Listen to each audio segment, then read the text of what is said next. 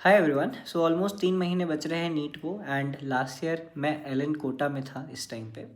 And one day एक ceremony हुई थी, उसमें एक टीचर आए, एक सीनियर टीचर थे and they made us do this small exercise जो आई थिंक कि मेरे हिसाब से बहुत ही मोटिवेटिंग था मेरे लिए। और मैंने अपना पढ़ाई और ज़्यादा सीरियसली स्टार्ट कर दिया था after this. So I want all of you to do this कि आप लोग सब अपना आंख बंद कर लो, ठीक है? एंड जस्ट स्टार्ट थिंकिंग, जो भी मैं बोल रहा हूँ वो अपने दिमाग में स्टोरी की तरह सोचते जाओ, ठीक है? तो जनवरी चल रही है अभी, और एक समय आएगा आपके कोचिंग में ये बोल दिया जाएगा कि आपका सिलेबस आज ख़त्म होता है। अब आप घर जाके प्रॉपर रिवीजन और टेस्टिंग स्टार्ट कर दीजिए अपने एग्ज़ाम्स के लिए। सिलेबस ख़त्म हुआ उस दिन आप अपने दोस्तों से मिल लेते हो क्लास में और घर जाते हो इस डिटर्मिनेशन के साथ कि भाई अब तो दिन भर मैं फ्री हूँ, मैं अब दिन रात पढ़ूंगा और एक बहुत ही बढ़िया रैंक लेके आऊँगा नीट 25 में। ठीक है, बढ़िया है। आप घर जाते हो, रिवीजन स्टार्ट करते हो। कुछ लोगों का थोड़ा बैकलॉग है, कुछ का नहीं है। आपने रिवाइज करना स्टार्ट किया, कुछ लोगों ने बैकलॉग कवर करना स्टार्ट किया, और अगले 1 डेढ़ महीने तुम बहुत ही अच्छे से पूरा समय दे के रिविज़न करते हो। कई सारे लोग होंगे जिनका बहुत सारा दिन शायद उतना अच्छा नहीं गया है, लेकिन बहुत सारा दिन इतना अच्छा गया है कि उन्होंने 14-15 घंटे भी पढ़ाई लगाई है। बहुत सारे लोग ने अपना स्लीप आवर्स कम कर दिया है पढ़ाई ज़्यादा करने के लिए। बहुत सारे लोग बहुत सारी सैक्रिफाइसेस कर रहे हैं।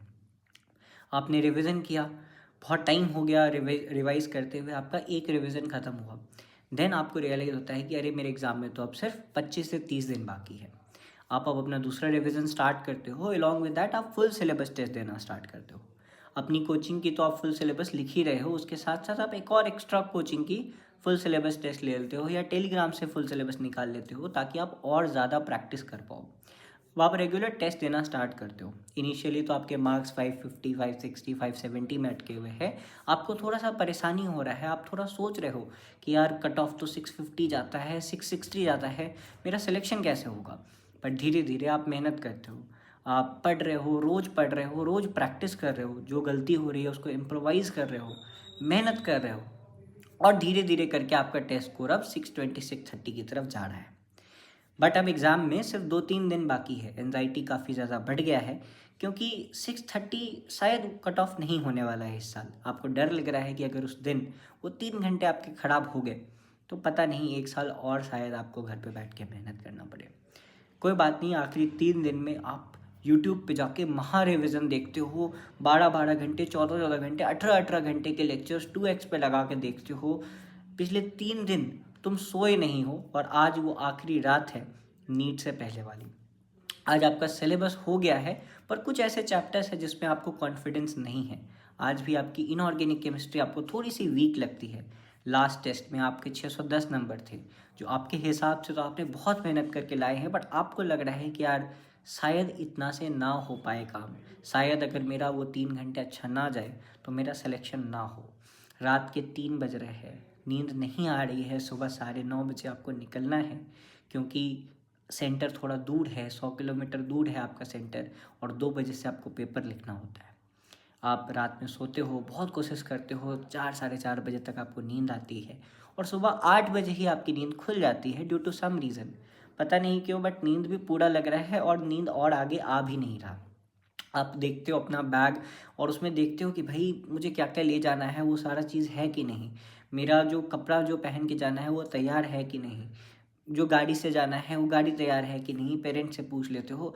एंड उसके बाद आप जाके अपनी फैमिली में सबको, बड़े को प्रणाम करते हो, भगवान के सामने माथा टेकते हो और फाइनली उस कार में बैठ के एग्ज़ाम के लिए निकल जाते हो। बहुत एनजाइटी है, लेकिन अभी भी आपके हाथ में आपकी वो फाइनल कॉपी रिवीजन के लिए, और आप अभी भी उसे देख के रिवाइज करते हुए जा रहे हो। फाइनली आप अपने सेंटर पे पहुंचते हो। आपके पापा सेंटर के बाहर ही रुकने का डिसाइड करते हैं। याद रखना, मई का मौसम है, बहुत गर्मी है, पर आपके पापा अभी भी उस सेंटर के बाहर खड़े होने का डिसाइड करते हैं किसी पेड़ के छांव के नीचे। आप अपने हाथ में सिर्फ एक पानी का बोतल पकड़ के अंदर घुसते हो क्योंकि कुछ और अलाउड नहीं था। चेकिंग होती है, चेकिंग प्रोसीजर्स आधे घंटे का लगभग था, और जब आप घुसते हो अंदर तो लगभग 1:30 बजे तक आप सेटल डाउन हो जाते हो अपनी सीट पे। समय आ रहा है, 2 बजने वाला है, एनजाइटी बहुत ज़्यादा है।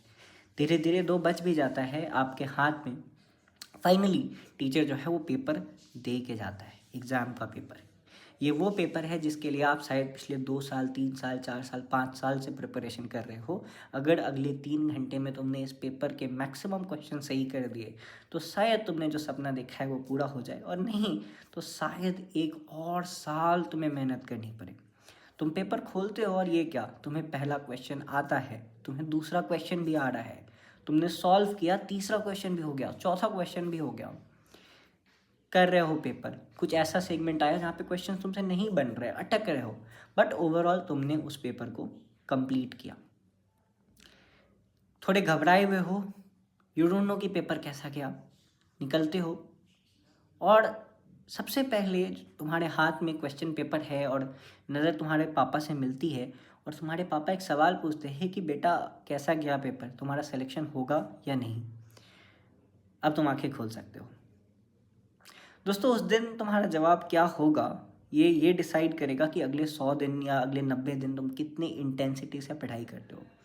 उस दिन तुम्हारा जवाब क्या होगा कि हाँ पापा मेरा हो जाएगा जो मैंने दिया था इस साल, या इस साल तो नहीं हो पाएगा पापा। वो डिपेंड करता है कि अगले 3-4 महीने, अगले 2-3 महीने कितनी शिद्दत से तुम पढ़ सकते हो। याद रखना, वो दिन आज भी चेंज किया जा सकता है। It's the last 2-3 months, it's the last marathon. दौड़ो, तेज दौड़ो, जान लगा दो, ठीक है। आई होप ये वाला एक छोटा सा एक्सरसाइज आपको कहते हैं ना कि आँख बंद करके अपने गोल को रोज़ इमेजिन करो, तो आपको मतलब आप उसके लिए ज़्यादा मोटिवेटेड रहोगे। मैं चाहता हूँ कि ये वीडियो के थ्रू आपको रियलाइज़ हो कि उस दिन आपको कैसा फील होगा अगर आपने सही से प्रिपेयर नहीं किया तो। Please go put your heart and soul to this examination, to the preparation of this examination, and I know you can do it. Bye bye.